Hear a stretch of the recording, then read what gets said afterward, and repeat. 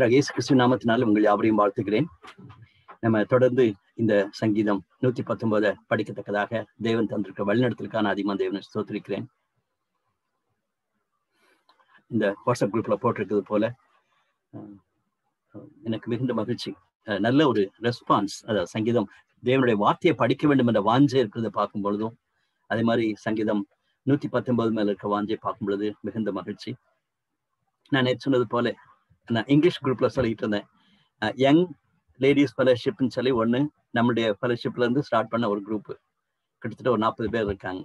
அதுல சிஸ்டர் சுபாவுடைய இனிஷியேட்டிவோடு கூட ஒவ்வொரு நாளும் ஒரு வசனத்தை மெடிடேட் பண்ணி மெமரைஸ் பண்ணணும்னு சொல்லிட்டு சாம் 119 verse 1 அன்னைக்கு ஸ்டார்ட் பண்ணியிருக்காங்க. So I am extremely grateful to God. எனக்கு ரொம்ப சந்தோஷம். காரணம், கடவுளுடைய வார்த்தைக்கு நேராக நம்ம போகுமானால், கடவுளுடைய வார்த்தையை நம்ம தியானித்து மனப்பாடம் பண்ணுவதும் நம்முடைய வாழ்க்கையில அதை அபியாசப்படுத்தணுமானால் கண்டிப்பாகவே ஆசீர்வாதம் உண்டு. அதுதான் இன்னைக்கு நம்ம படிக்க போறோம். நம்முடைய மத்தியில் இருக்கிற சதீஷ், அவங்களுக்காக நான் அதிகமாக தேவனை ஸ்தோத்திரிக்கிறேன். He is a very busy man. He is doctorate in computer science. அலகாபாத்ல ஒர்க் பண்ணிட்டு இருக்காங்க ப்ரொஃபஸரா. டாக்டர் சதீஷ்காக நன்றி கூறுகிறேன். இன்னைக்கு நம்மளை ஜெபிக்கும்படி, நம்மளை ஜெபத்தில் நடத்தும்படி கேட்டிருந்தேன். சந்தோஷமாக சரி அங்கிள் சொல்லியிருந்தாங்க. இப்போ Satish will lead us in prayer. Uncle கேக்குதுங்களா? கேக்குது Satish. Okay uncle, we'll pray. Our gracious heavenly Father, thanks for this wonderful thanks for helping us to gather this way and to study your word and to meditate your word and to Lord learn many lessons so that we can correct ourselves and come closer to you in our relationship with you, Lord. So we are so thankful for the way you are guiding us and taking care of us through your word and convicting us and correcting us and teaching us and Lord empowering us. We are thankful for your amazing grace and love, Lord. And we are thankful for this fellowship and through this Bible studies. You helped us through many weeks by teaching many lessons. We are thankful for that. And we are thankful for this week that as we are going to study Psalm 199, 119, and we are thankful for your guidance, Lord. We are thankful yesterday for the Bible study that Billy Uncle took, and it was a wonderful time. And we pray for today's session also, Lord. You continue to talk to each one of us. Open our hearts and open our minds. Help us to see your word and help us to listen your word and abide in them. And as your word says that your word is a light of our feet, and guide us and lead us, Lord, so that we may learn and walk according to your word and to bring glory to your name and to live a life that pleases you, Lord. So thankful for helping us in midst of difficult circumstances and happy moments. Each and every moment, Lord, you are helping us and guiding us. So thankful for that, and continue to transform us, sanctify us, and help us to live a holy life, godly life, which pleases you, and use us, hold our hands and guide us in a way that will be a channel of blessing to many and will be used for your kingdom to bring glory and honor to your name, Lord. So thankful for Billy Uncle for his burden to teach your word, and as he is teaching for Tamil and English, Lord, bless him. And we pray for technical team who are working behind the screen, and we pray for them also, Lord, because we are praying for the participants who are listening lively and also offline. You talk to each one of us and empower us and guide us and lead us. Help us to have a good time during this Bible study. We pray for protect us from internet interruptions and power interruptions also, Lord, and help us to have a meaningful time throughout this session and the upcoming sessions also. And we pray and seek your guidance in our lives, in our hearts, Lord. Reign our lives and reign our hearts, and you be the King, and let your word dwell among us richly, and help us to see the fruit by abiding in your word and to live a life that will show you, Lord. And we pray and seek your grace and mercy throughout our life. We'll submit Billy Uncle and this Bible study, everyone, into your mighty hands. In Jesus' mighty name we pray. Amen. Amen. Amen. Thank you so much, Satish. அதே மாதிரி one more point நான் add பண்ண நினச்சதுன்னா, ரொம்ப யூஸ்வலாகவே நான் WhatsApp குரூப்பில் ஆக்டிவாக இருக்க மாட்டேன். பட் சங்கீதம் 119 ரெஸ்பான்ஸை பார்த்ததுனால நான் இன்னைக்கு காலையில் போட்டேன். பிறகு சாயங்காலம் one of my mentors from Delhi, C V Samuel அந்த ப்ரேயர் கன்சர்ன்ஸ் அனுப்பியிருந்தாரு. அதனாலதான் அதையும் நான் போட்டேன். போடும்பொழுது யோசிச்சுட்டு தான் போட்டேன், இது தேவையான்னு சொல்லிட்டு. ஐ ஹேட் யோசனையா தான் இருந்துச்சு. பட் பிறகு நான் யோசிச்சேன், கடவுளுடைய வார்த்தையும் இந்த உலகத்தினுடைய நடைமுறை காரியங்களும் கனெக்ட் ஆகணும். The word and world should be connected. இன்னைக்கு இந்தியாவில் இருக்கக்கூடிய ஒரு மேஜர் கன்சர்ன் வந்து ஃபார்மர்ஸ் அஜிடேஷன். அது பொலிட்டிக்கலாக நம்ம பார்க்காதபடிக்கு ஜென்ரலாக நம்ம பார்க்கும் பொழுது எல்லாருமே ஒத்துக்கொள்ள வேண்டிய ஒரு காரியம், விவசாயிகளுக்காக நம்ம ஜபிக்கணும். அவங்களுடைய போராட்டம் வந்து உண்மையிலேயே அது ஒரு பெரிய தேவைன்னு சொல்லி நம்ம பார்க்குறோம்.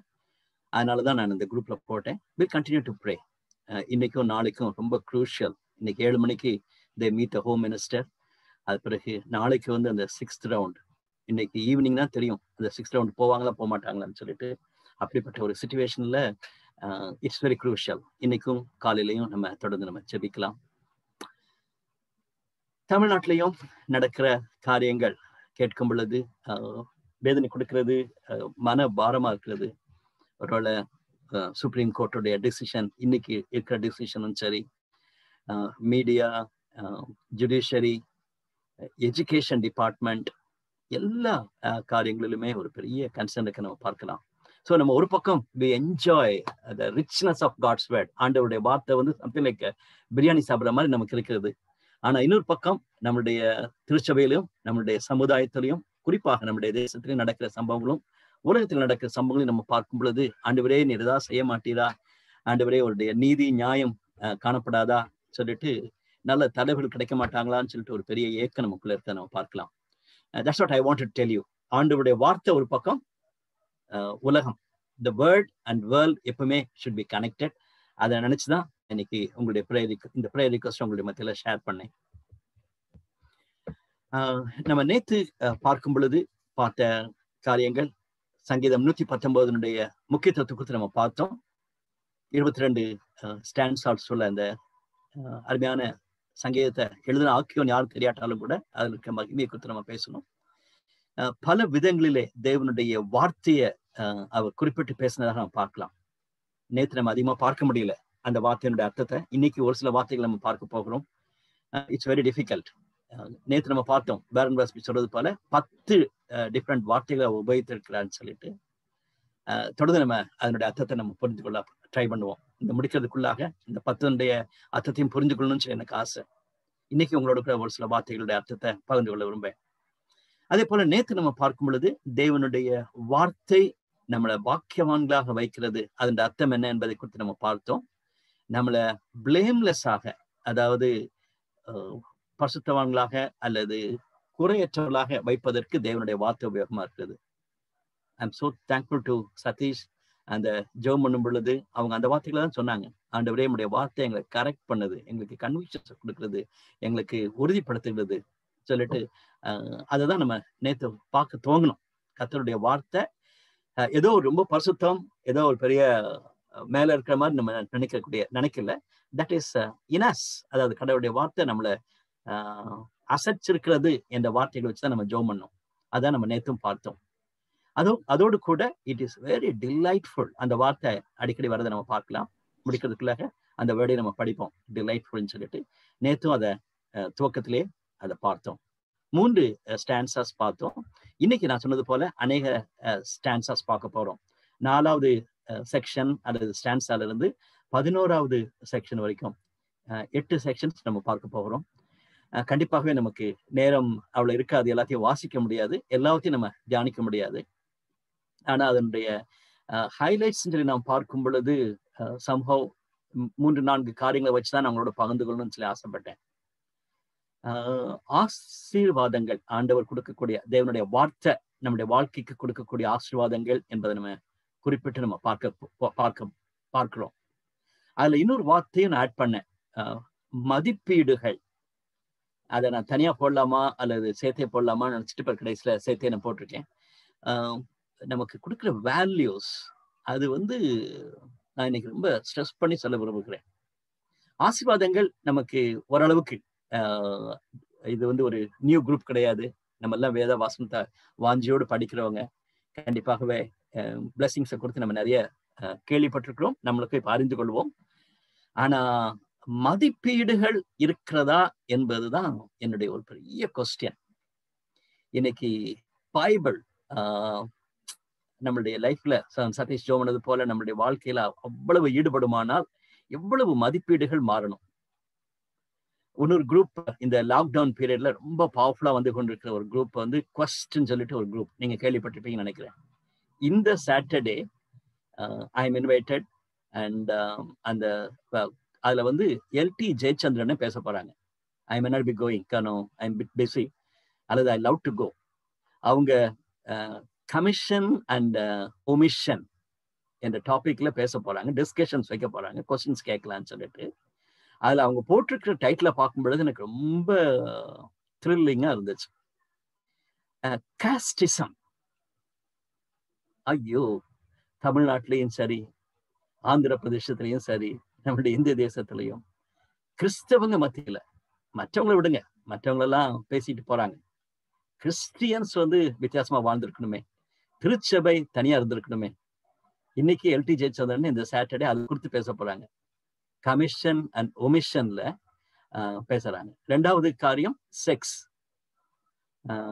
இன்னைக்கு தலைவரித்து ஆடக்கூடிய காரியங்கள், திருச்சபையில கிறிஸ்தவங்க மத்தியில, விசுவாசிகள் மத்தியில இருக்கக்கூடிய காரியங்கள். நம்மளுடைய பைபிள் ஸ்டடியிலே வரக்கூடிய சில சகோதர சகோதரிகள் என்னோட கூட பகிர்ந்து கொள்ளும் பொழுது வேதனையோடு பகிர்ந்து கொள்கிறாங்க, மிகவும் வேதனையோடு கூட. ஆண்டவருடைய வார்த்தை வந்து என்னை மாற்றி இருக்குது, ஆண்டவருடைய வார்த்தைக்கு நான் கீழ்ப்படின்னு ஆசைப்படுறேன். என்னுடைய அப்பா அம்மா கொஞ்சம் கூட நகர மாட்டேங்கிறாங்க. இப்போ ஒரு 15 மினிட்ஸ் முன்னால எனக்கு இன்னொரு இங்கிலீஷ் குரூப்ல வரக்கூடிய ஒரு சகோதரி போட்டிருந்தாங்க. மிகவும் வருத்தமான ஒரு காரியம், மிகவும் வருத்தமான ஒரு காரியம். What are the values we have after studying God's word? நம்ம கண்டிப்பா பாரத்தோடு நம்ம யோசிக்க வேண்டும். அப்கோர்ஸ் சங்கீதம் 119 ஜாதியை பற்றி ஒன்றும் போடல, ஆனா I'm just giving an example for values. ரெண்டாவது காரியம், நான் வந்து நினைச்சிட்டு இருந்தேன் ஒன்லி வேல்யூஸ் இன் லைஃப் என்ற தலைப்பிலே நான் போடலான்னு பார்த்துட்டு இருந்தேன்.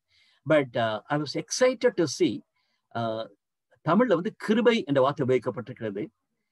இங்கிலீஷ்ல வந்து ஸ்டெட்ஃபாஸ்ட் லவ் அல்லது அன்ஃபெயிலிங் லவ். நியூ இங்கிலீஷ் வெர்ஷன்ஸ்ல வந்து கிரேஸ் சில வார்த்தை உபயோகிக்காதபடிக்கு போடப்பட்டிருக்குது. நம்ம தமிழ் பைபிள்ல இன்னைக்கு நம்ம பார்க்க போறோம் கிருபை கிருபை கிருபை என்ற வார்த்தை உபயோகிக்கப்பட்டிருக்கிறது. அதை குறித்து நம்ம இன்னைக்கு பார்க்க போறோம். அதனுடைய ரியல் மீனிங் என்னன்னா அன்ஃபெயிலிங் லவ் ஆஃப் காட். இன்னைக்கு ஈவினிங் ரெண்டாவது மிக முக்கியமான ஒரு தலைப்பை நம்ம பார்க்க போறது காட்ஸ் அன்ஃபெயிலிங் லவ். மூணாவது காரியம், not only it gives values or it gives blessings, it gives victory over something. இன்னைக்கு நம்முடைய திரும்பவும் I'm going back to Satish prayer. That's what exactly he was praying. கடவுளுடைய வார்த்தை நமக்கு ஒரு பாடங்களை சொல்லிக் கொடுப்பது மட்டுமல்ல, நம்மளை மாற்றினது மட்டும் கிடையாது, நமக்கு வாழ்க்கையில வெற்றி கொடுத்துட்டு இருக்கணும். We all said amen to that prayer. That's very true. Very true. வெற்றி எப்போ? பரீட்சையில மட்டும் இல்ல, அல்லது நம்ம எடுக்கிற தீர்மானங்கள்ல வெற்றிகள் மட்டும் கிடையாது. நம்மளுடைய அனுதின வாழ்க்கையில வெற்றிகள் மேல் வெற்றி கிடைக்கிறது வார்த்தையின் மூலமாக, தேவனுடைய வார்த்தையின் மூலமாக கிடைக்கணும். பரிசுத்த ஆவியானவர், தேவன், அவருடைய வார்த்தை எல்லாத்தையும் நம்ம கனெக்ட் பண்ணி தான் நம்ம பேசுறோம். விக்டரி என்ற வார்த்தையை வைத்தும் ஒரு சில நிமிஷங்கள் நம்ம தியானிக்க போகிறோம். இன்னைக்கு நம்ம வாசிக்க கேட்க போகிற பகுதி 2 பகுதிகள். நம்முடைய மத்தியில் இருக்கிற சகோதரி பிரியா, அவங்களுக்காக அதிகமான தேவனை ஸ்தோத்திரிக்கிறேன். அவங்களும் அவங்களுடைய கணவன் செந்திலும் 2 பேருமே இந்த பைபிள் ஸ்டடியில இருக்கிற வாஞ்சை நினைத்து பார்த்து அதிகமாக தேவனை ஸ்தோத்திரிக்கிறேன். ஆக்சுவலா பாலக்காடு EGF, இப்போ அவங்க காரைக்கால் இருக்காங்க. தேவனுடைய வார்த்தையை வாசிப்போம். 119 வசனம் 57 முதல் 72 வரை.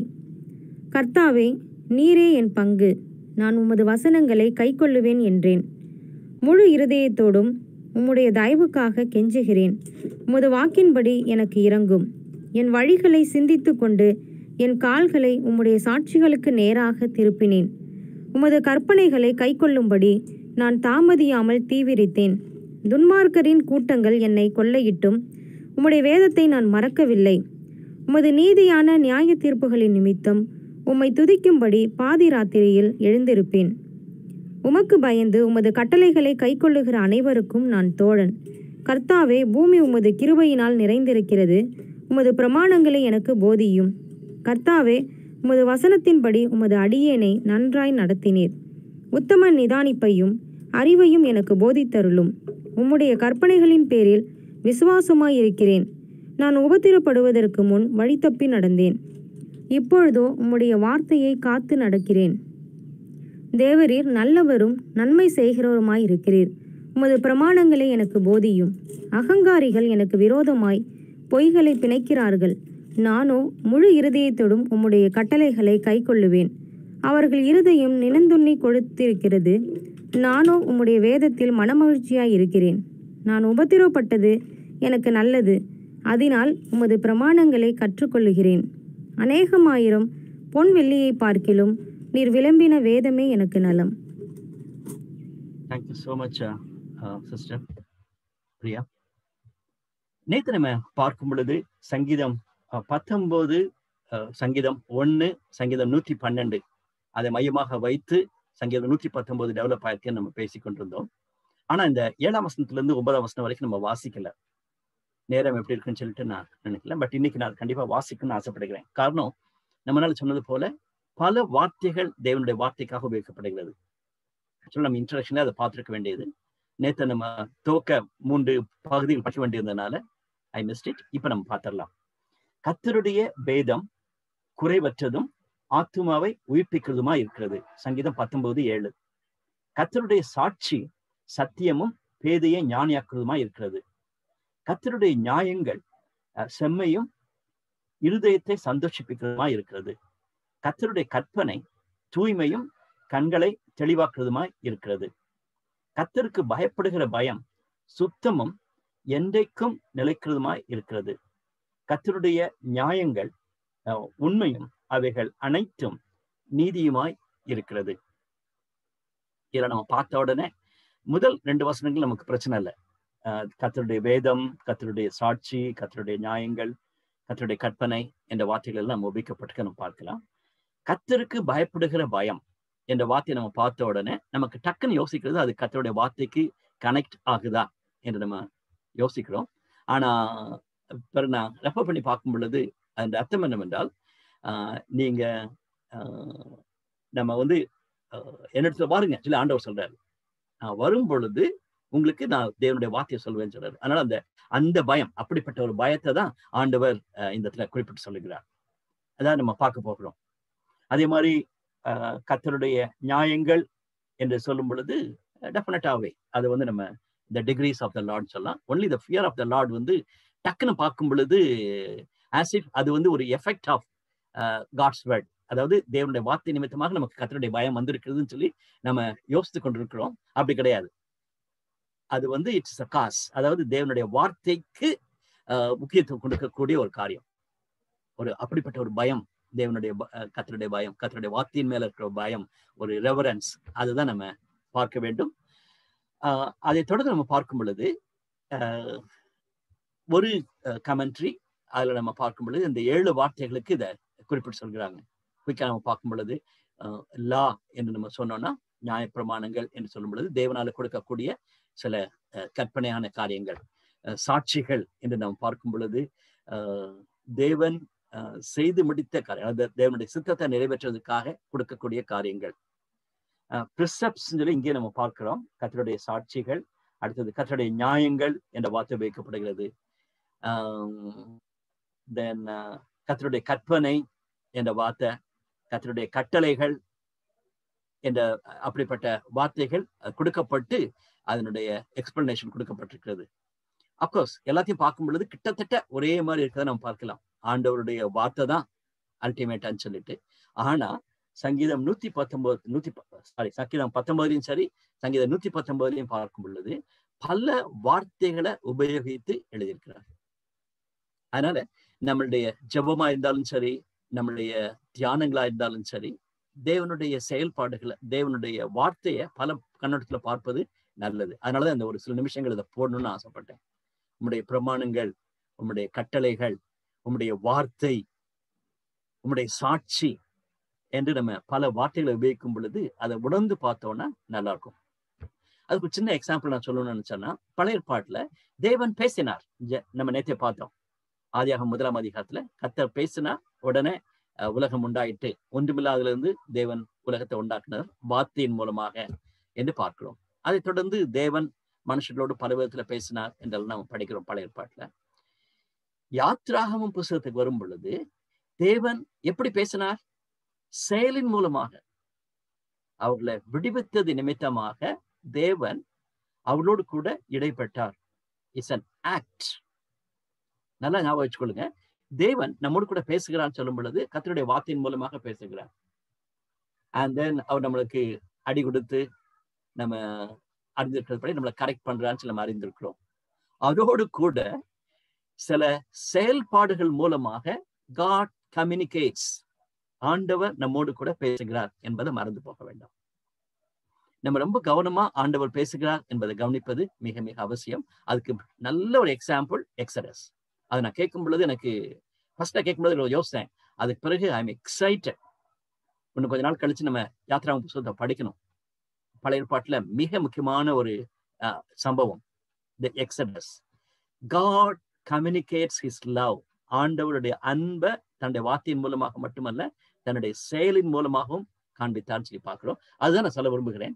இப்படிப்பட்ட வார்த்தைகளை பார்க்கும் பொழுது அதனுடைய அர்த்தம் என்ன என்பதை நம்ம உணர்ந்து பார்த்து அனுபவித்தோம்னா ரொம்ப நல்லா இருக்கும். முதலாவதாக 3 காரியங்கள் நான் சொன்னேன். முதலாவது காரியமாக நம்ம பார்க்க வேண்டிய இந்த பகுதியிலும் சரி, 88 வசனங்களிலும் சரி, அல்லது மற்ற பகுதிகளிலும் சேர்த்து நம்ம பார்க்கும் பொழுது சங்கீதம் 119 பல வார்த்தைகள் மிக முக்கியமாக பார்க்கிறோம். இன்னைக்கு நிறைய வார்த்தைகள் நான் சொல்லிக்கொண்டே போக போறேன். முதலாவது வசனம் 25ஆம் வசனம். இன்னைக்கு அப்படிதான், அதில் தான் ஸ்டார்ட் பண்ணோம். இன்னைக்கு 25ஆம் வசனத்துல இருந்து 88ஆம் வசனம் வரைக்கும் அதிகமா கான்சன்ட்ரேட் பண்றோம். 25ஆம் வசனம் இப்படி இருக்கிறது: என் ஆத்துமா மண்ணோடு ஒட்டி கொண்டிருக்கிறது, உம்முடைய வசனத்தின்படி என்னை உயிர்ப்பியும், என்னை உயிர்ப்பியும். Give me life. ஆண்டவரே, உம்முடைய வசனத்தின்படி என்னை உயிர்ப்பியும். நான் இந்த வசனங்கள் எல்லாம் குறிப்பிட்டிருக்கேன். 25ஆம் வசனத்துக்கு கீழாக 37, 40, 88, 107, 149 எல்லா வசனங்களையும் நீங்க பாத்தீங்கன்னா என்னை உயிர்ப்பியும், என்னை உயிர்ப்பியும் சொல்லிட்டு இருக்குது. ஆனா இதே மாதிரி இல்ல, உங்களுடைய வசனத்தின்படி இல்ல. இப்ப நான் 40ஆம் வசனத்தை வாசிக்கிறேன். இதோ உம்முடைய கற்பனைகளின் மேல் வாஞ்சியா இருக்கிறேன், உமது நீதியால் என்னை உயிர்ப்பியும். பயங்கர டிஃபரெண்ட். நான் செத்து கொண்டிருக்கிறேன், எனக்கு உயிர்ப்பியும் சொல்லிட்டு 25ஆம் வசனத்துல இருக்குது. ஆனா 40ஆம் வசனத்துல ரொம்ப டிஃபரெண்டா இருக்குது. உங்களுடைய கற்பனைகளுமே நான் வாஞ்சியா இருக்கிறேன். சத்திலைக்கு நம்ம இப்ப வேத வசனத்தை படிக்கிறது போல, உம்முடைய நீதியால் என்னை உயிர்ப்பியும். நான் அநீதி நிறைந்த உலகத்துல வாழ்ந்து கொண்டிருக்கிறேன். அநீதிக்கு அடிபடிவதற்கு எனக்கு நிறைய வாய்ப்பு இருக்குது. ஆண்டவரே, உம்முடைய நீதியினால என்னை உயிர்ப்பியும். இவன் 37ஆம் வசனம்: மாயை பாராதபடிக்கு நீர் என் கண்களை விலக்கி உமது வழிகளில் என்னை உயிர்ப்பியும், உமது வழிகளில் என்னை உயிர்ப்பியும். So you can go on. இதுல இருந்து நம்ம முதலாவது கற்றுக்கொள்ளக்கூடிய ஒரு காரியம் என்னவென்றால், God's word is live. அது வந்து எனக்கு ரொம்ப ஆச்சரியமா இருக்குது. சங்கீதம் எபிரேயர் 4ஆம் அதிகாரம் 12ஆம் வசனத்தை நம்ம எல்லாருக்கும் தெரிந்த வசனம் தான். 2வது பகுதியை நம்ம எல்லாரும் சொல்வது உண்டு. It is sharper than double edged sword. எபிரேயர் 4ஆம் அதிகாரம் 12ஆம் வசனம் சொல்லி சொன்ன உடனே அது இருபுறமும் கருக்குள்ள பட்டயம்னு நம்ம சொல்லுவோம். ஆனா அந்த ஃபர்ஸ்ட் லைனை பாருங்களேன். எபிரேயர் for the word of God is alive and active. எனவே அதான் யூஸ் பண்ணுது. For the word of God is alive and active. தமிழ்ல தேவனுடைய வார்த்தையானது ஜீவனும் வல்லமையும் உள்ளதாயும். எனவே வந்து ஃபுல் ஸ்டாப்பே வச்சுட்டாங்க. அது வந்து very sharp word. The word, for the word of God is alive and active. இன்னைக்கும் நம்ம சங்கீதம் 119 படிக்கும் பொழுது ஞாபகத்தில் வைத்துக் கொள்வோம். It gives us life. அது மட்டுமல்ல, நான் எனது தூசியில இருக்கிறேன்னு சொல்றாரு, ஆத்மா மண்ணோடு கூட ஒட்டி கொண்டிருக்குன்னு சொல்லும் பொழுது இட்ஸ் லைக் எனக்கு லைஃபே இல்லாதபடிக்கு தவிக்கிறேன்னு சொல்றாரு. அதற்கு பேதுரு நம்ம படிச்சு கொண்டே இருக்கிறோம். அடிக்கடி நம்ம இந்த வசனங்களை பார்க்கறது உண்டு. 1 பேதுரு புத்தகத்தை படிக்கும் பொழுது நம்ம அதிகமாகவே பார்த்தோம். 1ஆம் அதிகாரம் 23ஆம் வசனத்திலிருந்து 25ஆம் வசனம் தேவனுடைய வார்த்தைக்கு பேதுரு மிக முக்கியத்துவம் கொடுக்கிறார். அழிவுள்ள வித்துவினாலே அல்ல, என்றென்றைக்கும் நிற்கிறதும் ஜீவனுள்ளதுமான லைஃப், ஜீவனுள்ளதுமான தேவ வசனமாகிய அழிவில்லாத வித்தினாலே மறுபடியும் ஜனிப்பிக்கப்பட்டீர்களே. மாம்சமெல்லாம் புல்லை போலவும் மனுஷருடைய மகிமையெல்லாம் புல்லின் பூவை போலவும் இருக்கிறது. புல் உலர்ந்தது, அதன் பூவும் உதிர்ந்தது. கர்த்தருடைய வசனமோ என்றென்றைக்கும் நிலைத்திருக்கும். உங்களுக்கு சுவிசேஷமாய் அறிவிக்கப்படுகிற வசனம் இதுவே. அது சொல்லிட்டு 2ஆம் அதிகாரத்தினுடைய துவக்க பகுதி நம்ம எல்லாருக்கும் தெரிந்த பகுதி. இப்படி இருக்க கர்த்தர் தயவுள்ளவர் என்பதை நீங்கள் ருசி பார்த்ததுண்டானால் சகல துர்க்குணத்தையும் சகலவித கபடத்தையும் வஞ்சகங்களையும் பொறாமைகளையும் சகலவித புறங்கூறுதலையும் ஒழித்துவிட்டு நீங்கள் வளரும்படி புதிதாய் பிறந்த குழந்தைகளைப் போல திரு வசனமாகிய கலங்கமில்லாத ஞானப்பாலின் மேல் வாஞ்சையாயிருங்கள். So it gives us life, and not only that, it is our life. ஒரு சின்ன குழந்தைக்கு பால் எவ்வளவு அவசியமோ அவ்வளவு தூரத்துக்கு தேவனுடைய வார்த்தை இருக்கு நம்ம பார்க்கலாம். That's our belief. நம்ம திட்டமா நம்பிக்கிறோம். ஆனா அதுதான் நம்மளுடைய தொடர்ந்து நம்முடைய அனுபவமா இருக்கணும். God's life, God's word is life. நான் துவக்கத்திலே அதான் சொன்னேன். ஃபர்ஸ்ட் பாயிண்ட் அதை நம்ம பார்த்தோம்.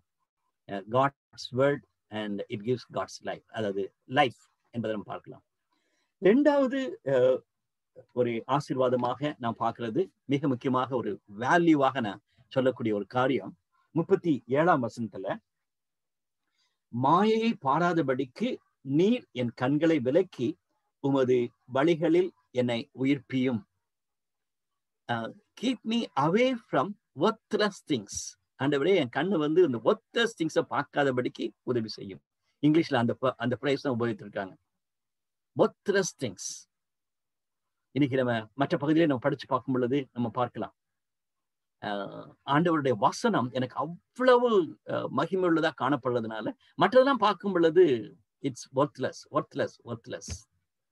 இவன் பின்னால் சொல்லும் பொழுது சொல்ல, நம்ம இப்ப வாசிக்க கேட்ட பகுதியில நம்ம பார்க்கலாம், என்னுடைய தூக்கத்தோட வேண்டியில்லை, என்னுடைய தூக்கத்தோட விட்டுட்டு நான் பார்க்கிறேன், எனக்கு அந்த மாதிரி ஒரு ஒர்த்ஃபுல் காரியமா நான் பார்க்கிறேன்னு சொல்றாரு.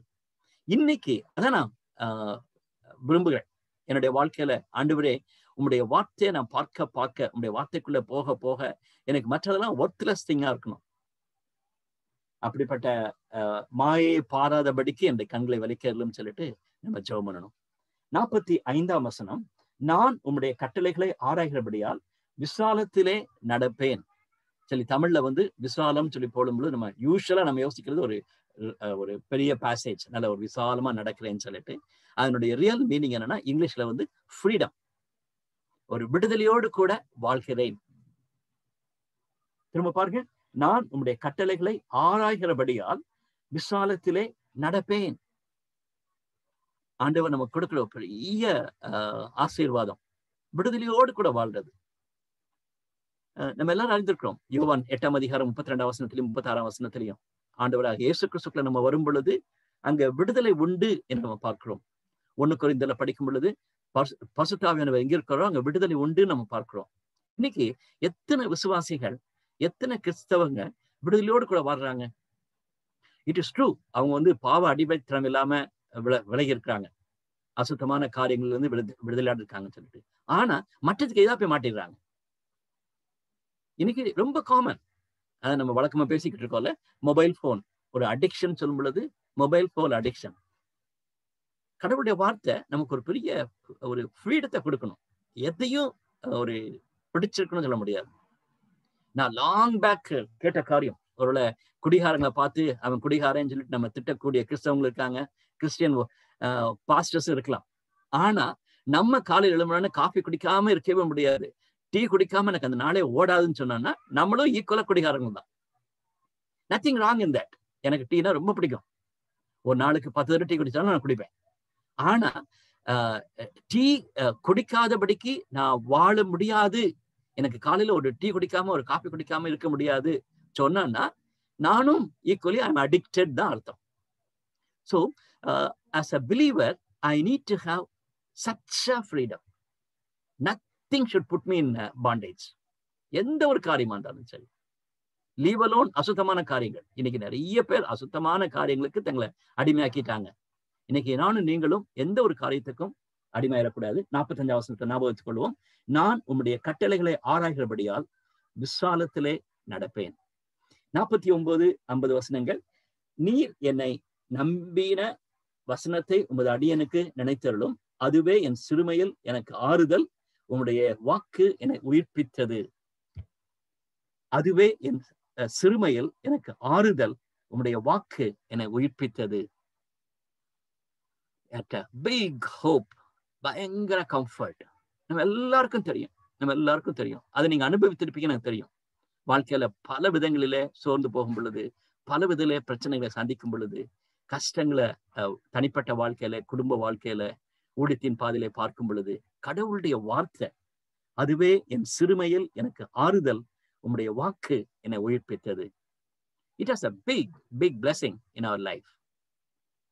இன்னொரு பாயிண்ட்டும் உங்களோட நான் ஷேர் பண்ண ஆசைப்பட்டேன். எனக்கு ரொம்ப ஆச்சரியமா இருந்துச்சு. 71ஆம் வசனம். நான் உபத்திரவப்பட்டது எனக்கு நல்லது. அந்த ஸ்டேட்மெண்ட் வந்து ஒரு ஸ்ட்ராங் ஸ்டேட்மெண்ட். நம்ம டக்குன்னு பைபிள் ஸ்டடிக்காக நம்ம சொல்லலாம், நம்ம டக்குன்னு நம்ம ப்ரீச் பண்றதுக்கு நம்ம சொல்லிக்கலாம், நான் உபத்திரவப்பட்டது எனக்கு நல்லதுன்னு சொல்லி. ஆனா அந்த உபத்திரவத்தை கடந்து போகும் பொழுது, ஃபர்ஸ்ட் ஆஃப் ஆல் அது உபத்திரவம் பார்க்கறதே நமக்கு கஷ்டமா இருக்குது. அந்த உபத்திரவத்தை கடந்து போகும் பொழுது நமக்கு அதை சொல்றதுக்கு பலன் வரமாட்டேங்குது. நான் உபத்திரவப்பட்டது எனக்கு நல்லது, அதனால் உமது பிரமாணங்களை கற்றுக்கொள்கிறேன். How true it is. எவ்வளவு உண்மை. நிறைய நேரங்களில நம்ம அருமையான வேத வார்த்தைகளை நமக்கு சொந்தமாக்குறதுக்கும் காரணம் என்னன்னா உபத்திரவப்பட்டதுனால. இதுக்கு முந்தின சில வசனங்களுக்கு முன்பாக நான் பார்க்கும் பொழுது உபத்திரவத்தை குறித்து பேசுகிறார். 67ஆம் வசனம். 67. நான் உபத்திரவப்படுவதற்கு முன் வழிதப்பி நடந்தேன், இப்பொழுதோ உம்முடைய வார்த்தையை காத்து நடக்கிறேன். அஃப்ளிக்ஷன்.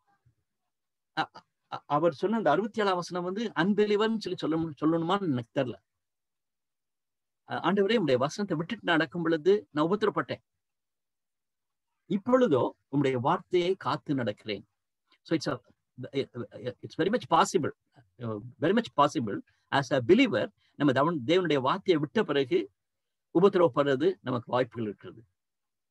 ஆனா தேவனுடைய வார்த்தைக்குள்ள வந்த பிறகு நம்ம தைரியமா சொல்லலாம், நான் உபத்திரவப்பட்டது எனக்கு நல்லதுன்னு சொல்லிட்டு. 2 தீமோத்தேயு புத்தகத்தை இப்பதான் நாம் படிச்சு முடிச்சோம். கிறிஸ்து இயேசுவுக்குள் தேவ பக்தியாய் நடக்க மனதாய் இருக்கிற யாவரும் துன்பப்படுவார்கள். 2 தீமோத்தேயு 3:12 நம்ம மனப்பாடம் பண்ண வசனம்.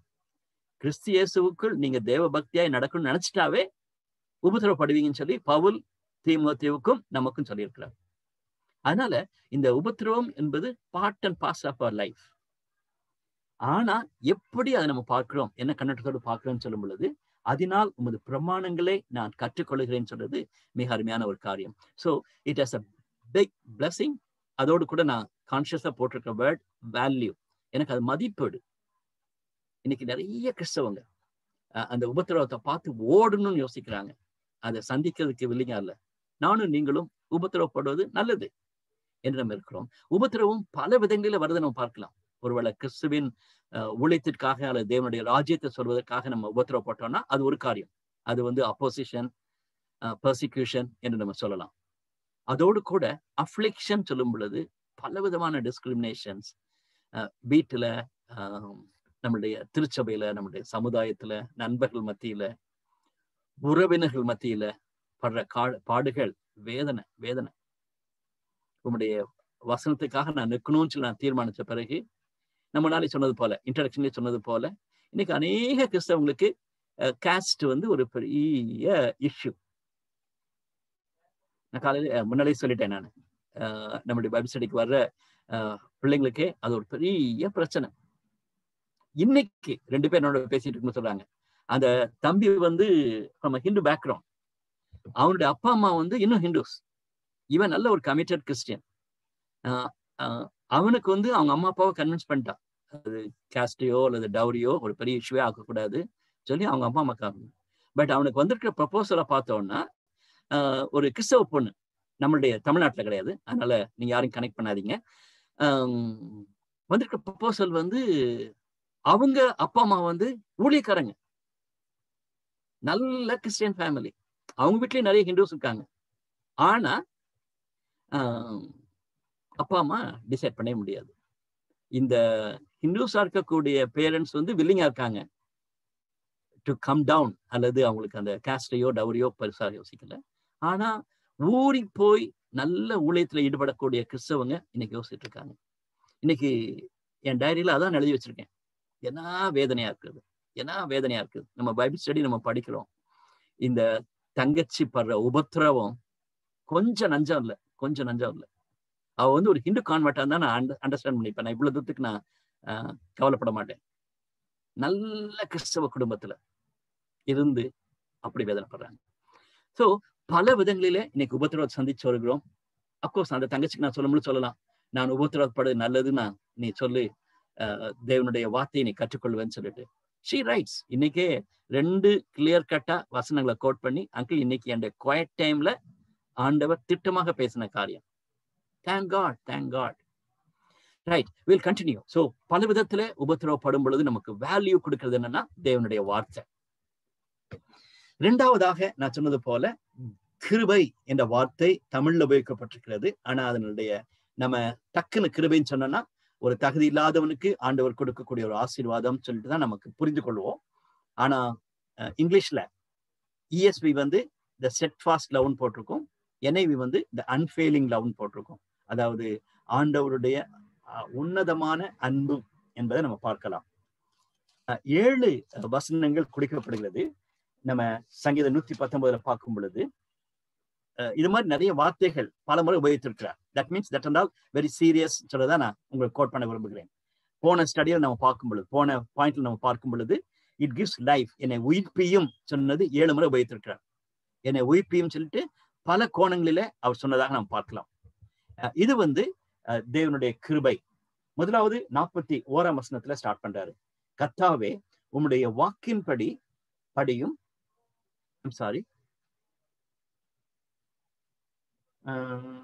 இட்ஸ் நாட் ரைட், கிருபை தயவும் உமது ரட்சிப்பும் எனக்கு வருவதாக உள்ள தயவுன்னு சொல்றது கவியத்திற்காரோ. 64ஆம் வசனம் ரைட். அடுத்தது வந்து சரி 41ஆம் வசனத்துல தயவுன்னு நினைக்கிறேன். உமது தயவும் உமது ரட்சிப்பும் எனக்கு வருவதாக சொல்லி போடப்பட்டிருக்கிறது. அடுத்தது 64ஆம் வசனத்துல பூமி உம்முடைய கிருபையினால் நிறைந்திருக்கிறது, உமது பிரமாணங்களுக்கு போதியும். 76ஆம் வசனம் நீர் உமது அடியனுக்கு கொடுத்த உமது வாக்கின்படி உமது கிருபை என்னை தேற்றுவதாக என்ற வார்த்தைகளை உபயோகித்திருக்கிறார். இங்க வந்து தயவுன்னு வைத்துக்கோ. 41ஆம் வசனத்துல தயவு. கர்த்தாவே உம்முடைய வாக்கின்படி உமது தயவும் உம்முடைய ரட்சிப்பும் எனக்கு வருவதாக. It was a prayer. ஆண்டவரே நீர் உம்முடைய அன்பினாலே என்னை நிரப்பியருளும், உம்முடைய விட்டு விலகாமல் இருக்கக்கூடிய அன்பினாலே என்னை நிரப்பியருளும் என்று சொல்லுகிறார். அதை தொடர்ந்து நீங்க மற்றதெல்லாம் பார்த்தீங்கன்னா ஆச்சரியமா இருக்கும். பல விதங்களிலே அவர் மாத்தி மாத்தி அந்த கிருபையை அல்லது தேவனுடைய அன்பை குறிப்பிட்டு சொல்லுகிறார். 64ஆம் வசனத்துல கர்த்தாவே பூமி உம்முடைய கிருபையினால் நிறைந்திருக்கிறது. Very true. ஆண்டவருடைய அன்புன்னு சொல்லி நமக்கு மட்டும் இல்ல, அதாவது விசுவாசிகளுக்கு மட்டுமல்ல, ஆண்டவருடைய அன்பு நிமித்தமாக கிருபை நிமித்தமாக தான் இன்னைக்கு உலகத்துல இவ்வளவு தூரம் இருக்கிறது. அது முன்னாலே பார்த்திருக்கோம். அல்லது நம்ம எல்லாரும் செத்து போயிருப்போம். ஆண்டவர் நம்ம மேல கோவப்பட்டார்னா, நம்மளுடைய வாழ்க்கையை பார்த்து பனிஷ் பண்ணிருப்பார். ஆனால் இன்னைக்கு நம்ம ஒருத்தரும் வாழவே முடியாது. ஆண்டவருடைய கிருபை தான் இருக்கிறத நம்ம பார்க்க முடிகிறது. 88ஆம் வசனம் இன்னைக்கு நம்ம முடிக்க இருக்கக்கூடிய வசனம். அது மிக முக்கியமான ஒரு வசனமா நான் பார்க்கிறேன். உமது கிருபையின் படி என்னை உயிர்ப்பியும். 2 வார்த்தையும் வருகிறது.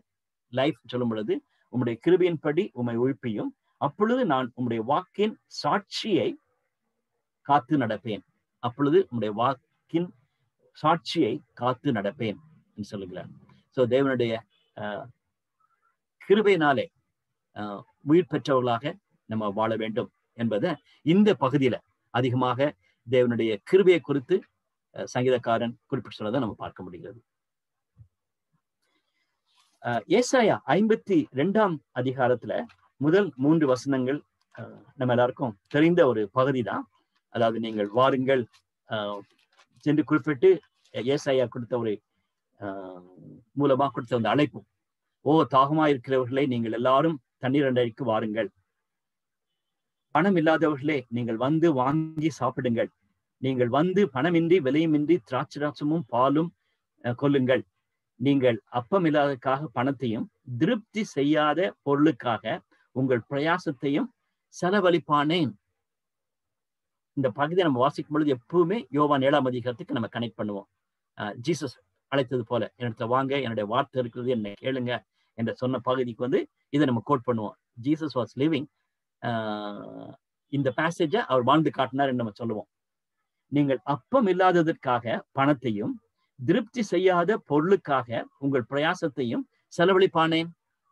நீங்கள் எனக்கு கவனமாய் செவி கொடுத்து நலமானதை சாப்பிடுங்கள். அப்பொழுது உங்கள் ஆத்துமா கொழுப்பான பதார்த்தத்தினால் மகிழ்ச்சியா இருக்கும். உங்கள் செவியை சாய்த்து என்னிடத்தில் வாருங்கள், கேளுங்கள், அப்பொழுது உங்கள் ஆத்துமா பிழைக்கும். தாவீதுக்கு அருளின நிச்சயமான கிருபைகளை உங்களுக்கு நித்திய உடன்படிக்கையாக ஏற்படுத்துவேன். ஸோ லிசன் வந்து கேளுங்கன்னு சொல்ற காரியம் தேவனுடைய வார்த்தை. அதுதான் இயேசுவானவரும் சொன்னார், என்னிடத்துல வந்து கேளுங்க, உங்களுக்குள்ள ஜீவ நதிகள் புறப்பட்டு போகும் சொல்லி சொல்லுகிறார். இன்னைக்கும் நம்ம தேவனுடைய கிருபையினாலே, ஆண்டவருடைய வசனத்தினாலே நிரப்பப்பட்டிருக்கிறோம்.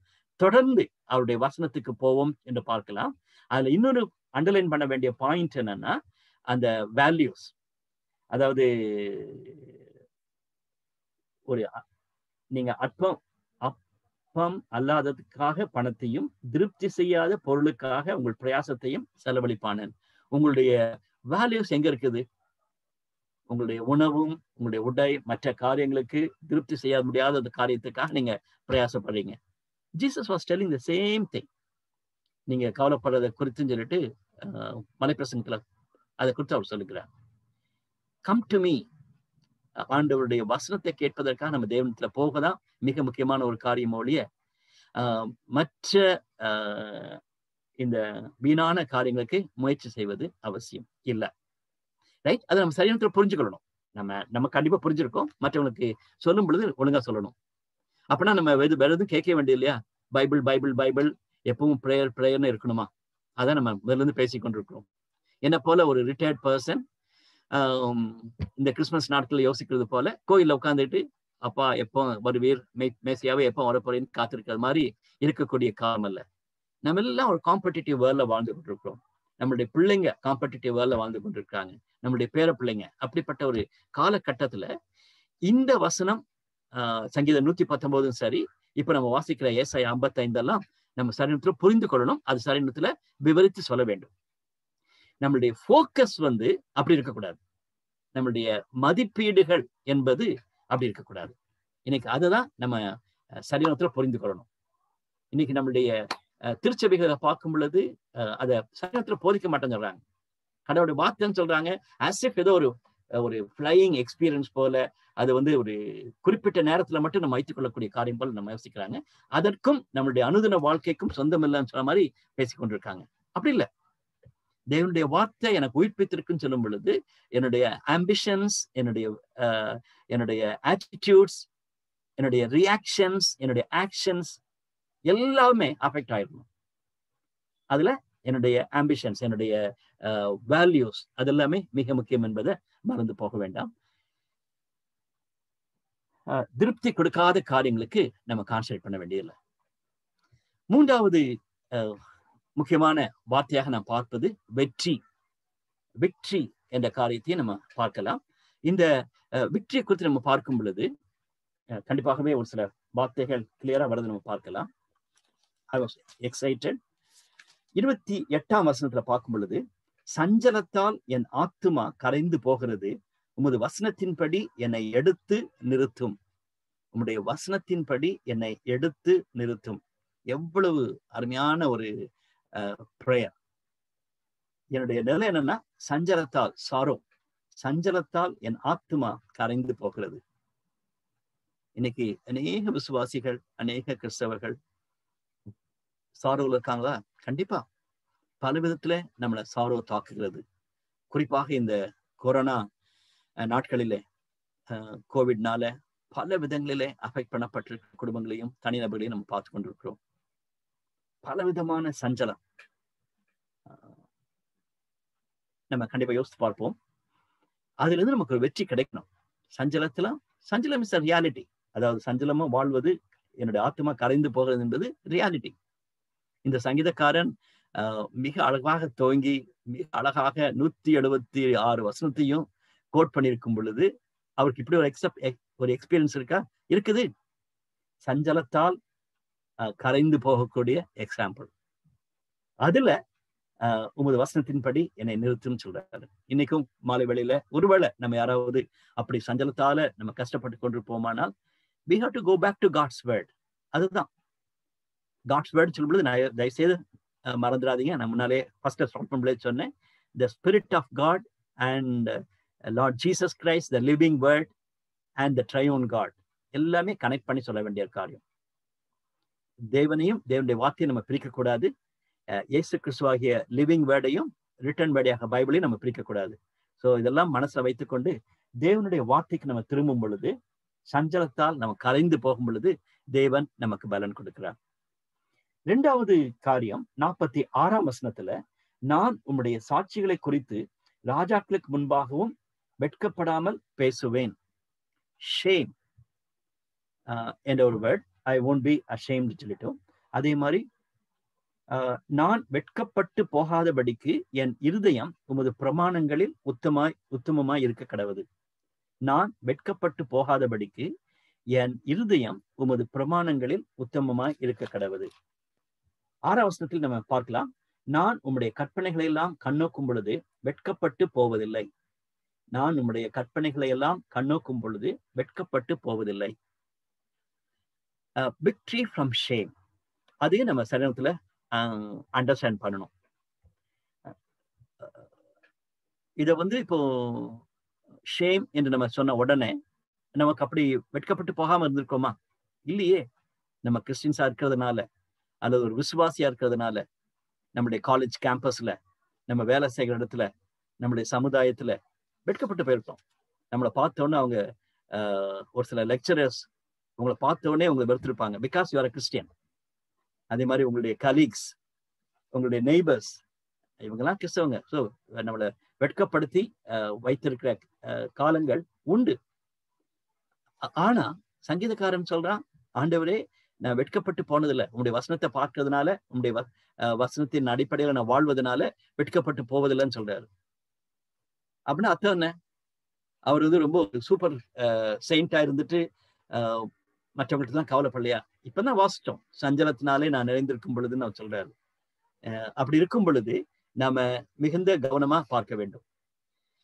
தேவனுடைய வார்த்தைய நம்ம தியானிக்க தேவனுடைய வசனத்துக்கு போக போக வெட்கப்பட்ட நாட்கள் வரலாம்.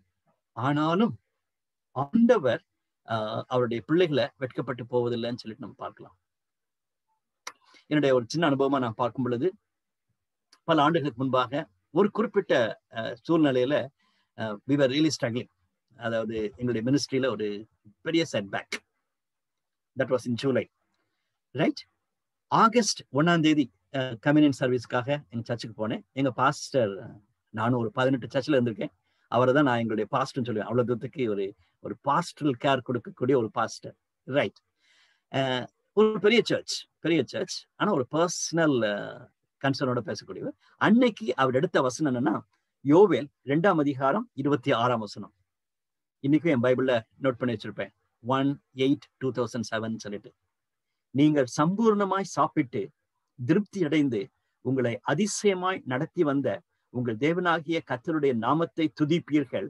என் ஜனங்கள் ஒருபோதும் வெட்கப்பட்டு போவதில்லை.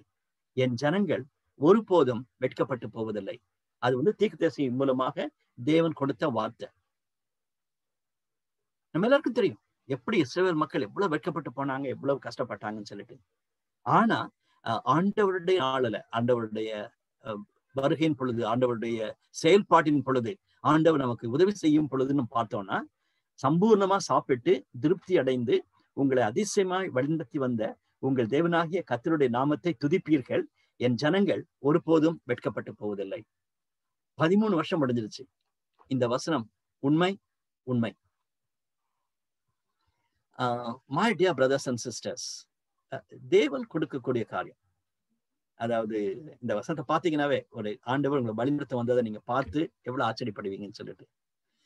So we need to understand properly. வெட்கப்பட்டு போவதில்லைன்னு சொல்றது அர்த்தத்தை நம்ம புரிந்து கொள்ள வேண்டும். மூன்றாவது காரியம், இந்த வெற்றியின் காரியங்கள் பார்க்கும் பொழுது அதையும் நம்ம சரியான புரிந்து கொள்ளணும். 81ஆம் வசனம், 81ஆம் வசனத்தை பார்க்கிறோம். உம்முடைய ரட்சிப்புக்கு என் ஆத்துமா தவிக்கிறது, உம்முடைய ரட்சிப்புக்கு என் ஆத்துமா தவிக்கிறது, உம்முடைய வசனத்திற்காக காத்திருக்கிறேன். இந்த ரட்சிப்பு என்ற வேர்டும் சால்வேஷன் என்று நம்ம சொல்லும் பொழுது அதுவும் நம்ம சரணத்துல புரிந்து கொள்ளணும். இன்னைக்கு நிறைய பேர் பிலீவர்ஸே அந்த அஷூரன்ஸ் ஆஃப் சால்வேஷனை பற்றி பேசும் பொழுது அல்லது சால்வேஷனை பற்றி பேசும் பொழுது கன்ஃபியூஸ் ஆகிட்டு இருக்காங்க. ரட்சிக்கப்படுகிறேன், ரட்சிக்கப்படுவேன் என்ற வார்த்தை சரி, அதை நம்ம கன்ஃபியூஸ் பண்ணிட்டே இருக்கோம். we need to be very clear about salvation. பழைய ஏற்பாட்டுல இப்படிப்பட்ட வார்த்தை உம்முடைய ரட்சிப்பு என்று சொல்லும் பொழுது நம்ம அதை புரிந்து கொள்ள வேண்டும். saved அல்லது சால்வேஷன், காப்பாற்றப்படுதல் என்ற வார்த்தையை நம்ம பார்க்கும் பொழுது இந்த வசனத்தை நான் வாசிக்க விரும்புகிறேன். சங்கீதம் 3:2 வசனம். ரைட், சங்கீதம் 3, தேவனிடத்தில் அவனுக்கு ரட்சிப்பு இல்லை என்று என் ஆத்துமாவை குறித்து சொல்லுகிறவர்கள் அநேகர். இது தாவீதுடைய முதலாவது சங்கீதம். சரியா? சங்கீதம் 1 தாவீதுடையதுல, 3வது சங்கீதம் தான் தாவீதுடைய முதலாவது சங்கீதம்.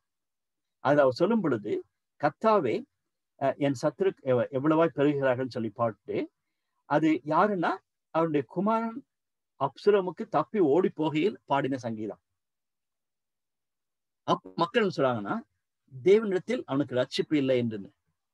நல்லா புரிஞ்சுக்கொள்ளுங்க, அந்த ரட்சிப்பு என்னது? அவன் ரட்சிக்கப்படலன்னு சொல்றாரா? தாவீது ரட்சிக்கப்படல, அப்சலோம் ரட்சிக்கப்பட்டிருக்கான்னு சொல்ல, அப்படி இல்லை.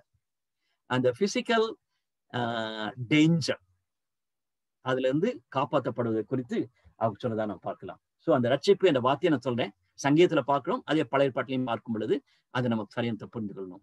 we need to have victory over physical and spiritual danger. பாவத்துல டெம்டேஷனை விடுவதற்கு, அதே போல பிசிக்கலாக இது மாதிரி சஃபரிங்ஸை ஃபேஸ் பண்ணும் பொழுது அதுல இருந்து நம்ம காப்பாற்றப்படுவதற்கு வெற்றி வேணும். கடைசியாக 84ஆம் வசனத்திலிருந்து இருக்கிற பகுதி நம்ம பார்க்கும் பொழுது, எனிமீஸ், உமது அடியனுடைய நாட்கள் எம்மாத்திரம், என்னை துன்பப்படுத்துகிறவர்கள் நீர் எப்பொழுது நியாயப்பு செய்வீர்? உம்முடைய வேதத்திற்கு விரோதமாய் அகங்காரிகள் எனக்கு குழிகளை வெட்டினார்கள். உம்முடைய கற்பனைகள் எல்லாம் உண்மையா இருக்கிறது, அநியாயமாய் என்னை துன்பப்படுத்துகிறார்கள். நீர் எனக்கு சகாயம் பண்ணும். அவர்கள் என்னை பூமியில் இராமல் நீக்கிவிட சற்றே தப்பிற்று, ஆனாலும் நான் உமது கற்பனைகளை விட்டு விலகுவதில்லை.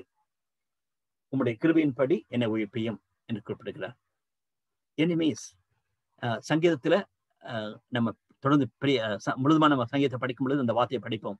எனிமி, விரோதின்னு சொல்றது யாருன்னு சொல்லிட்டு இங்கே நம்ம பார்க்கும் பொழுது விரோதிக்கிறவங்கன்னு சொல்லும் பொழுது those who hate God, கண்டிப்பா அதான் முதலாவது நம்ம பார்க்க வேண்டும். நம்மளை வெறுக்கிறவங்கன்னு சொல்லும் பொழுது பொறாமையினால வெறுக்கிறவங்க இருப்பாங்க, அந்த மாதிரி காரியங்கள் இருக்குது.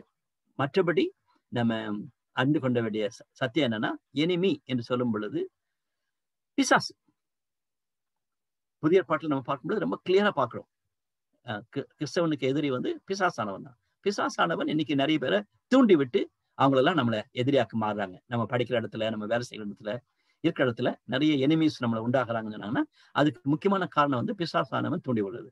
குடும்பத்திலையுமே சரி, விசுவாசிகள் மத்தியிலே இருக்கிறாங்க, அதெல்லாமே தூண்டிவிட்டு போற காரியங்கள். ஆனா இங்க சங்கீதக்காரன் சொல்வது போல, ஆனாலும் நான் உம்முடைய கட்டளைகளை விட்டு விடவில்லை. சோ கடவுளுடைய வார்த்தைக்கு போக போக நம்மளை வெறுக்கக்கூடிய மக்களையும் நம்ம அவங்க மேலேயும் வெற்றி கொள்வோம். அதுதான் அவருடைய ஜெபமாக இருந்ததாக நம்ம பார்க்கலாம். எனவே தேவன் தாமே அப்படிப்பட்ட வெற்றிகளை நமக்கு தரட்டும். தட் ஷுட் பி, நான் முன்னாடி சொல்லிட்டு இருக்கேன், அது நம்முடைய அனுதின வாழ்க்கையில இருக்கணும். ஏதோ ஒரு தியாலஜி மாதிரி இல்லை, அதோ நான் ஒரு நல்ல ஒரு கற்பனையான ஒரு காரியம் சொல்றது கிடையாது. அது என்னுடைய அனுபவமா இருக்கணும். ஷேம், சஃபரிங், சாரோ, எனிமீஸ் எல்லாருக்கும் part and parcel of life. அதன் மத்தியில தேவனுடைய வார்த்தை நம்மளை பலப்படுத்தணும். 3 கேள்விகள். எனக்கு பிளெஸிங்ஸ் சொல்றதோட நான் வேல்யூஸ் விரும்புகிறேன். What are the values I have received against worthless things in life. நம்ம தைரியமா இதெல்லாம் worthless things நம்ம சொல்ல முடியும். சங்கீதக்காரன் சொன்னதை பார்த்து எனக்கு அது மதிப்பீடு கிடைச்சிச்சுன்னு சொல்லி. ஒரு சிலருடைய சாட்சி அதுதான். நான் ரட்சிக்கப்பட்ட பின்பு தேவனுடைய வார்த்தைக்குள்ள வந்த பிறகு அதெல்லாம் குப்பை, அதெல்லாம் worthless, எனக்கு இப்போ இதுதான் முக்கியம் சொல்லி நான் பார்க்கிறேன்னு சொல்லி சொல்றாங்க. நம்ம கொஞ்சம் யோசிச்சு பார்க்கலாம். இரண்டாவது காரியம், what are the ways in which I enjoy the unfailing love of God. ஆண்டவருடைய கிருபை, ஆண்டவருடைய அந்த தயவு, ஆண்டவருடைய அந்த மேலான அன்பு, மாறாத அன்பு, அதை நான் எப்படி அனுபவிக்கிறேன்னு சொல்லிட்டு யோசிச்சு பார்க்கலாம். இந்த சங்கீதத்துல நம்ம நிறைய அப்படிப்பட்ட வார்த்தைகள் நம்ம படிச்சோம். மூணாவது காரியம், இப்பொழுதும் வெற்றி என்று சொல்லும் பொழுது இந்த 4 காரியங்கள் மட்டுமல்ல, எந்தெந்த காரியங்களில தேவனுடைய வார்த்தை நமக்கு வெற்றியை கொடுக்குன்னு யோசிச்சு பார்க்கலாம். வெற்றி தான் வாழணும். வெற்றியுள்ள வாழ்க்கை வாழ்வது தேவனுடைய விருப்பம். தேவன் அப்படிப்பட்ட கிருபையை நமக்கு தருவாராக. ஆமேன். ஜெபிப்போம். எங்கள் அன்பின் ஆண்டவரே, இந்த அருமையான ஐக்கிய வேலைக்காக, இந்த வேத பகுதியின் ஸ்டடி வேலைக்காக ஸ்தோத்திரிக்கிறோம். சங்கீதம் 119 நாங்கள் தொடர்ந்து படிக்கத்தக்கதாக நீ தந்த கிருபைக்காக ஸ்தோத்திரம். இன்றைக்கு நாங்கள் பார்த்தது போல நம்முடைய வசனம் எங்களுக்கு மதிப்பீடுகளை கொடுப்பதாகவும், ஆண்டவரே நம்முடைய வசனம் ஒரு உன்னதமான அன்பை எங்களுக்கு விளங்கி காண்பிப்பதற்காகவும், ஆண்டவரே நம்முடைய வசனம் எங்களை வெற்றியுள்ள வாழ்க்கைக்கு அழைத்து செல்வதற்காக ஸ்தோத்திரிக்கிறோம். தொடர்ந்து நாங்களும் ஏதோ பைபிளை நாங்கள் படிக்கிறோம், கேட்கிறோம் என்று இல்லாதபடிக்கு அதை எங்களுடைய வாழ்க்கையில அனுபவிக்கத்தக்கதாக எங்கள் ஒவ்வொருக்கும் உதவி செய்யும். தொடர்ந்து மீதி இருக்கிற 2 நாட்களுடைய பைபிள் ஸ்டடி எங்களுக்கு ஆசீர்வதித்தாரும். கர்த்தராகிய இயேசு கிறிஸ்துவினால் ஜெபிக்கிறோம் நல்ல பிதாவே. ஆமென்.